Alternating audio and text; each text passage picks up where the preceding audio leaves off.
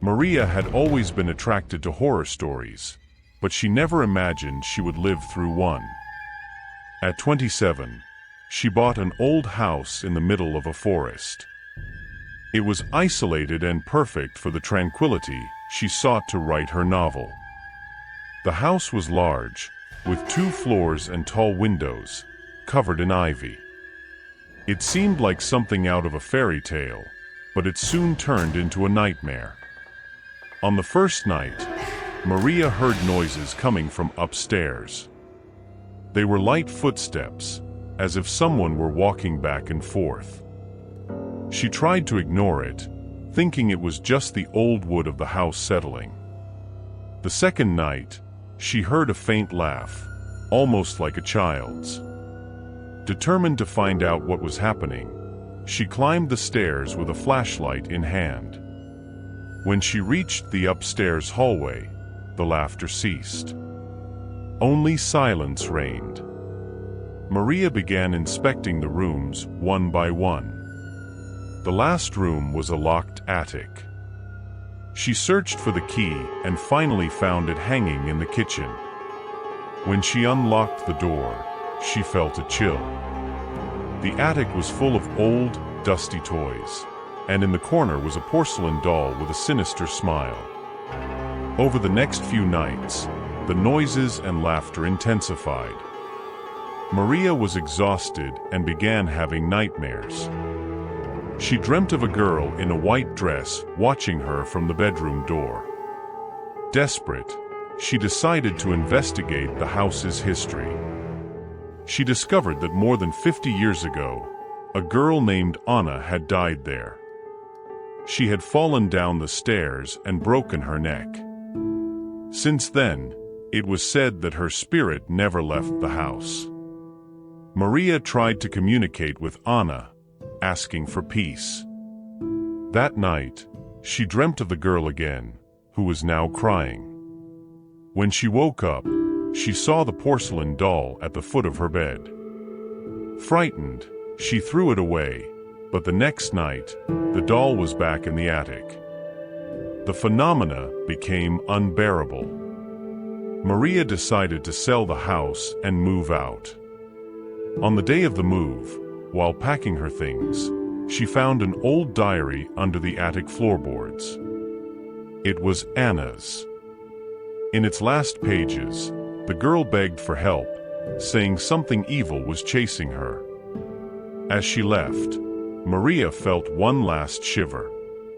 When she looked back, she saw Anna's silhouette in the attic window, waving a sad goodbye.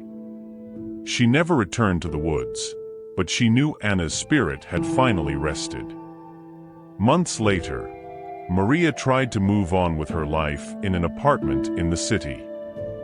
However, the memories of the house in the woods still haunted her.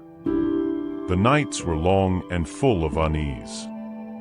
She sought help in therapy, but the images of Anna remained vivid in her mind. One night, while working on her novel, Maria felt a presence behind her. She turned around and saw nothing. But when she looked back at the computer, the screen displayed a message written in the text editor: "You cannot escape me." Maria tried to erase the message, but the text kept appearing, as if being typed by an invisible hand. Terrified, she turned off the computer and went to bed. However, sleep did not come easily. In the darkness, she heard the childish laughter she feared so much. This time, it came from inside her own apartment. Desperate, Maria sought help from a medium. He confirmed that Anna's spirit was somehow linked to her. To free herself, she would need to understand what really happened in the house in the woods.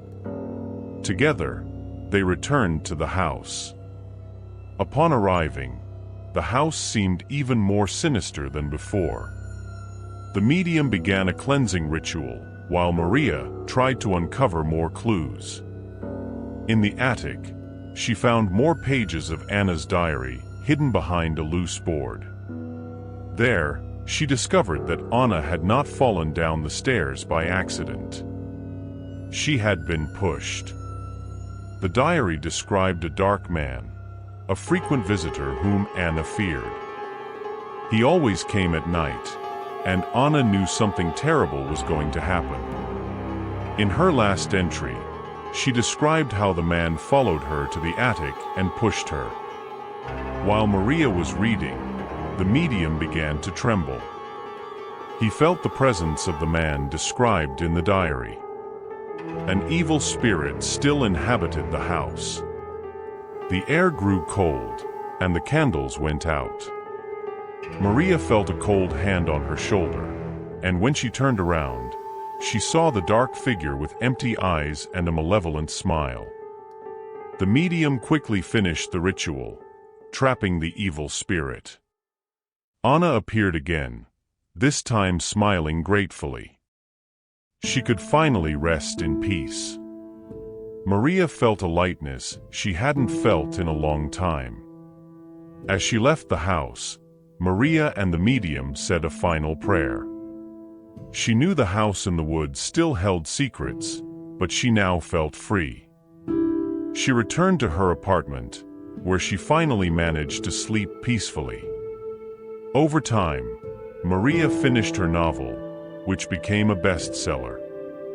The experience in the house in the woods deeply marked her writing, bringing an authentic terror to her stories. She never forgot Anna, and in each book, a part of the girl lived on.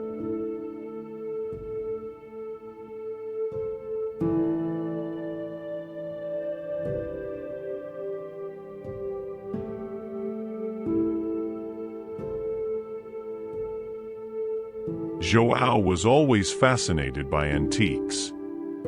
At a fair, he bought an old mirror with an intricately crafted golden frame. The seller, an elderly man, warned him that the mirror had a dark history, but João didn't heed the warning. He took the mirror home and hung it in his living room. On the first night, while watching TV, João saw something strange in the mirror's reflection. A shadow seemed to move on its own. He approached it, but saw nothing unusual. He thought it was just his imagination and went to bed. But the next night, the shadow was there again, more defined, resembling the silhouette of a man. Intrigued, João decided to investigate the mirror's history. He discovered that it had belonged to an old mansion where several mysterious deaths had occurred. People said the mirror was a portal to the spirit world. João, a skeptic, continued observing. In the following nights, the shadow became clearer, revealing a tall man with a pale face and empty eyes. He seemed to be trying to get out of the mirror, but something was stopping him. João began having nightmares about the man, who always whispered his name and asked for help. One night, João woke up feeling oppressed. He felt pulled toward the mirror. He remembered the seller's warnings and, with one last effort of will, broke the mirror with a hammer. At that moment, he felt free, and the man disappeared. But it didn't end there. João began seeing the man in other reflections, in windows, in water, even in other people's eyes.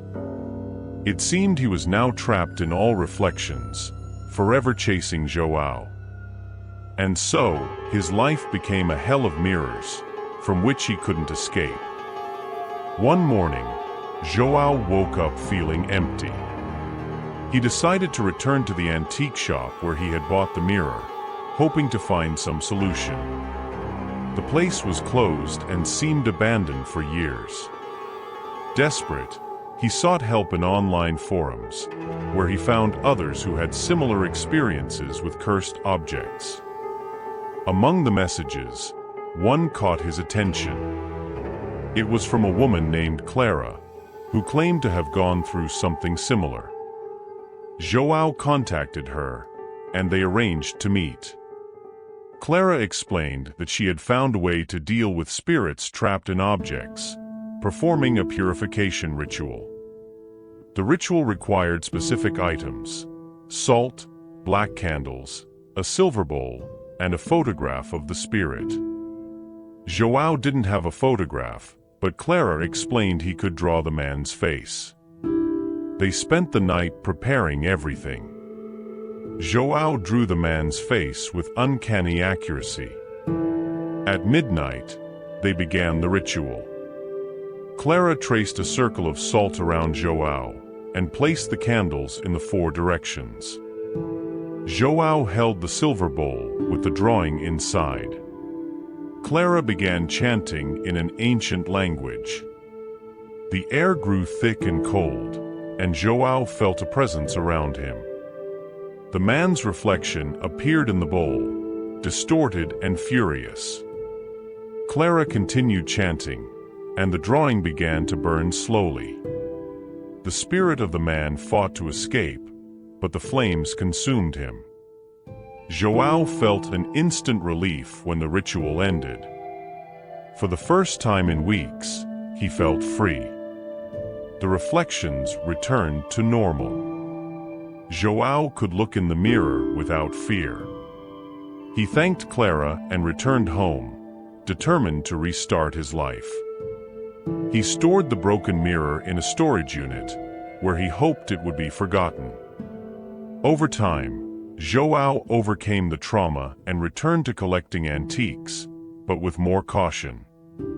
He still felt a shiver when passing by mirrors, but he knew the man from the mirror was finally at peace.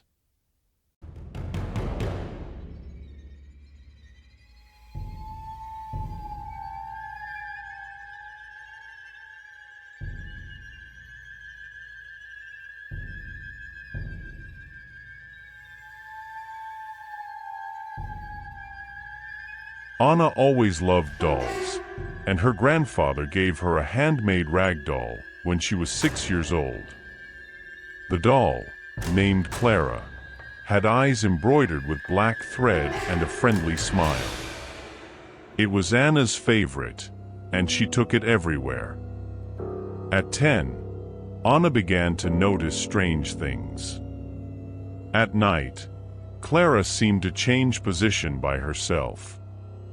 Anna asked her mother if she had moved the doll, but the answer was no. As days passed, Clara seemed to become more alive. Anna swore the doll's eyes followed her around the room. One night, Anna heard whispers. She got up and found Clara sitting on the edge of the bed, staring directly at her.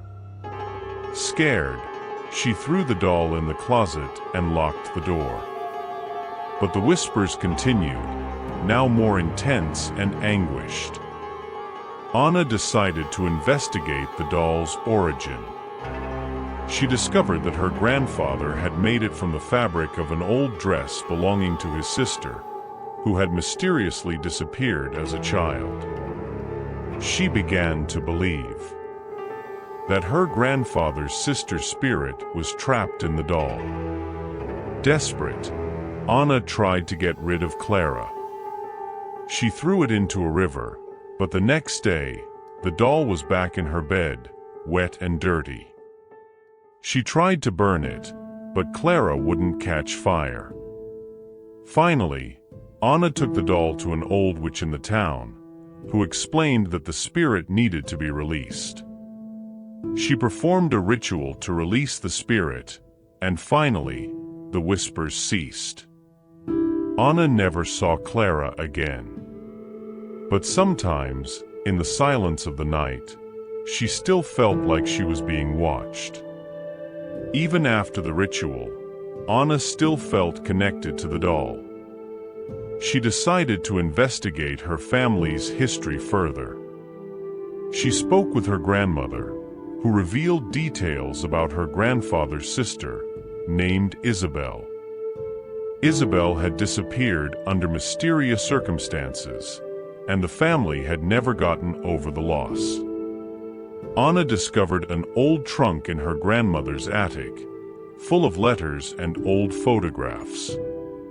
Among them, she found a letter written by Isabel shortly before she disappeared. The letter described a strange man who followed her, an unwanted visitor who always appeared at night. Anna felt a chill reading the letter. It seemed Isabel's story was repeating with her.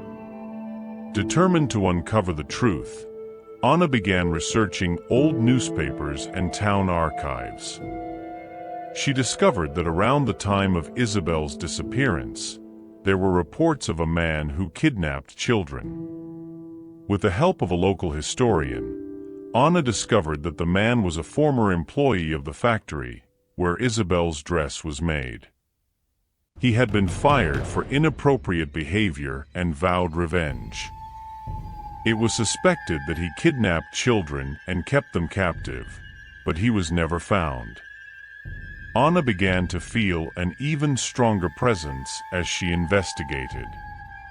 The doll Clara, despite the ritual, seemed to call to her. She decided to return to the witch for help again. The witch explained that Isabel's spirit was still troubled and that the man who kidnapped her was also trapped in the doll. To free Isabel once and for all, Anna would need to confront the kidnapper's spirit. The witch taught her a confrontation ritual, which required courage and determination. Anna, armed with knowledge, returned home and prepared the ritual. At midnight, she lit candles around the doll and began chanting the words the witch taught her. The air grew heavy, and Anna felt a malevolent presence. The figure of the man appeared, pale and deformed, his eyes full of hatred. Anna stood firm, facing the spirit. As she repeated the ritual words, the man's figure began to dissipate, but he fought against the release. Anna saw Isabel's figure next to the man, pleading for freedom. With one last effort, Anna recited the final passage of the ritual. A bright light filled the room, and the spirits disappeared. Anna fainted from exhaustion. When she woke up, she felt a peace she had never experienced before. The doll Clara was inert, just a rag doll. Isabel was finally free. Anna felt a deep connection with her family's history, and although the experience was terrifying, she felt she finally understood her ancestors' pain. Years later, Anna became a successful writer, telling stories inspired by her experience with the doll. Each book was a tribute to Isabel, keeping her great-aunt's memory alive. And Clara, the rag doll, rested on a shelf as a symbol of resilience and liberation.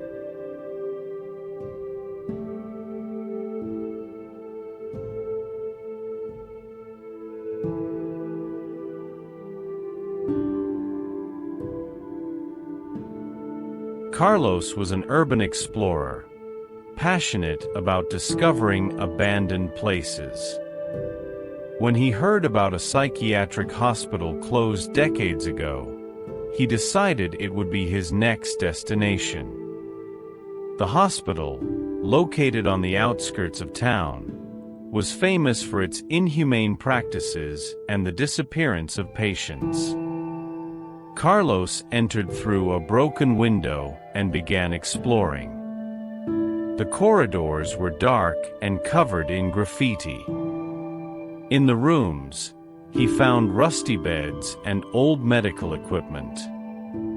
In one of the rooms, he saw patient records, many of whom were never discharged. While taking photos, he heard footsteps. He turned, but saw no one. He continued his exploration, but the sounds became more frequent. Footsteps, whispers, and even moans. In one of the rooms, he saw a shadow in the corner, but when he shone his flashlight, there was nothing there. Carlos decided to explore the basement, where the cruelest experiments were said to have been conducted. He found an improvised laboratory, with rusty surgical instruments and dark stains on the floor. He felt a shiver when he heard a high-pitched scream from a nearby corridor. He followed the sound and found a cell where a pale figure was chained. As he approached, the figure lifted its head and Carlos saw a disfigured face, with eyes full of pain and madness. The figure began to laugh hysterically, echoing through the corridors. Desperate, Carlos ran back, but it seemed the hospital didn't want to let him go. The corridors seemed to stretch infinitely, and he always ended up back at the same point. Finally, he found the exit and ran outside, panting and terrified. Carlos never returned to the hospital. But the nights were never the same. He dreamed of the patients, their screams and laughter, and sometimes woke up feeling like someone was watching him in the darkness. In an attempt to understand what had happened, Carlos began researching the hospital's history. He discovered it had been closed after a series of scandals involving mistreatment and patient disappearances. The doctors responsible were accused but never found. The hospital was abandoned, leaving behind a legacy of suffering and horror. Carlos felt compelled to return, despite the terror he had felt. He decided he needed to document everything to warn other explorers and maybe, somehow, bring peace to the troubled spirits of the hospital.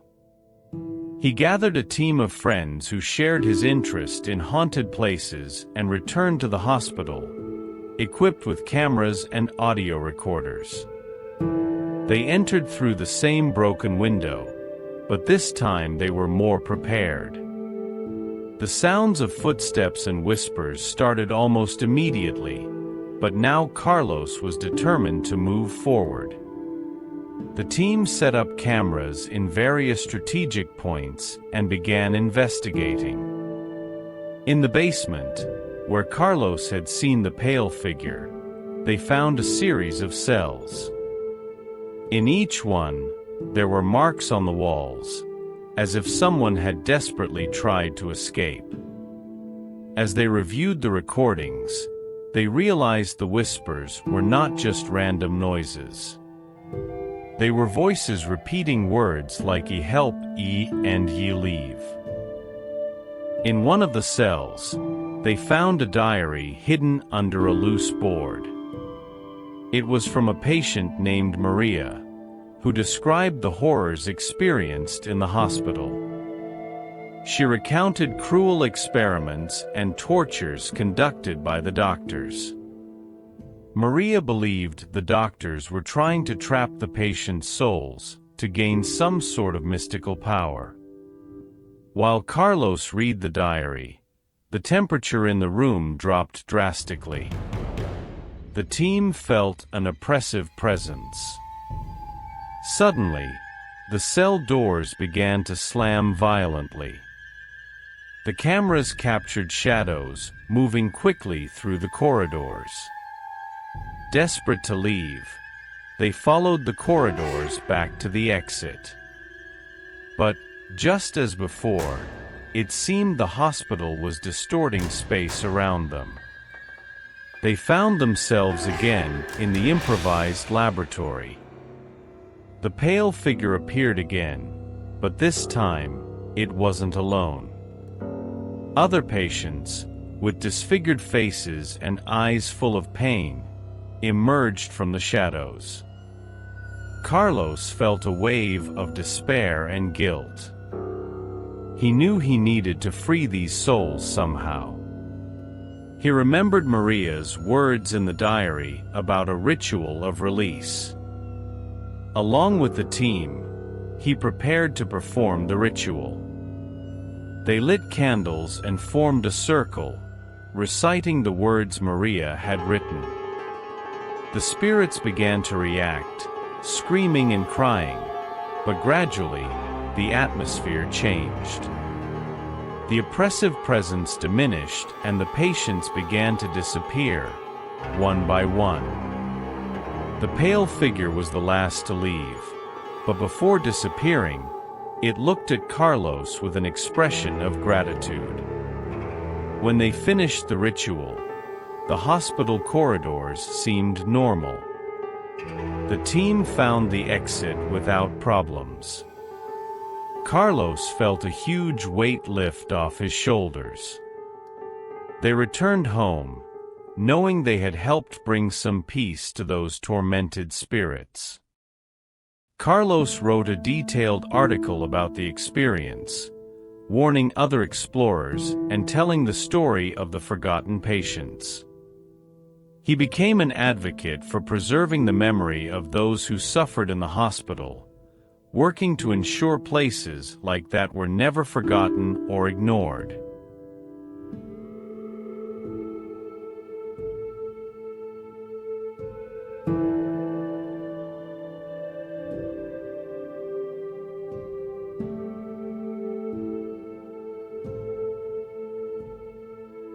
Lucas and his friends decided to spend a weekend camping in a remote forest. They had heard stories about old cults that performed rituals in the area, but they didn't believe in superstitions. They arrived at the forest and set up camp near a lake. Night fell quickly and, around the campfire, they started telling horror stories. Suddenly, they heard footsteps in the woods. They thought it was just an animal, but the footsteps continued, circling the camp. Lucas decided to investigate. With a flashlight in hand, he followed the sounds until he found a clearing with stones arranged in a circle, covered in strange symbols. He felt a chill and decided to return, but found a different path, surrounded by trees with claw marks. He reached an old cabin and went inside. Inside, he found old books, black candles, and more strange symbols. On one of the book's pages, he saw a drawing of a horrid being, half man, half beast. As he tried to leave, Lucas heard whispers coming from the walls. The words were incomprehensible, but carried a sense of despair. He ran back to the camp, but his friends were gone. He found tracks leading to the stone circle. When he arrived, he saw his friends tied up in the center of the circle, unconscious. Before he could free them, he felt a presence behind him. He turned and saw a hooded figure with glowing red eyes. The figure began chanting words in an ancient language, and Lucas felt an invisible force pinning him in place. The figure revealed itself as the cult leader, who claimed they had been waiting for Lucas and his friends to complete a ritual. The invisible force lifted Lucas into the air, and he felt intense pain. The figure approached, preparing to perform the sacrifice. With one last effort, Lucas managed to move an arm and grabbed one of the old books he carried. He remembered a protection spell he had read earlier and began reciting it. The figure hesitated, and the force holding Lucas diminished. Seizing the opportunity, he continued reciting, and a field of energy formed around him, repelling the figure. Lucas's friends began to wake up, confused and scared. Together, they managed to untie the ropes binding them and fled the clearing. The cult figure chased them through the forest, but the protection spell kept them safe until they found their way back to the camp.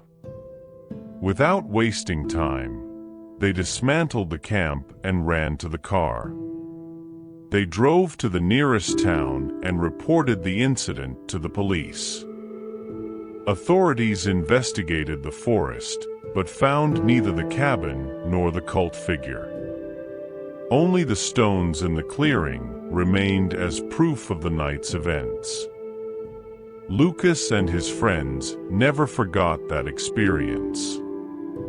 They knew something evil still lurked in the forest, waiting for another opportunity to complete its ritual. They decided to share the story to warn others about hidden dangers and the importance of respecting old legends. Over time, Lucas became a scholar of ancient cults, dedicating his life to investigating and dismantling dangerous groups. His friends went their separate ways, but always kept in touch, united by the traumatic experience they had shared. They never returned to that forest, but knew that, in some way, they would always be connected to that night of terror. And Lucas, with his knowledge and experience, continued his fight against dark forces, determined to prevent more lives from being destroyed by evil cults. The memory of that night drove him to keep going, ensuring no other dark ritual would be completed. And so, Lucas became a guardian of light against darkness, protecting those who, like him, ventured unknowingly into the ancient and dangerous mysteries of the world.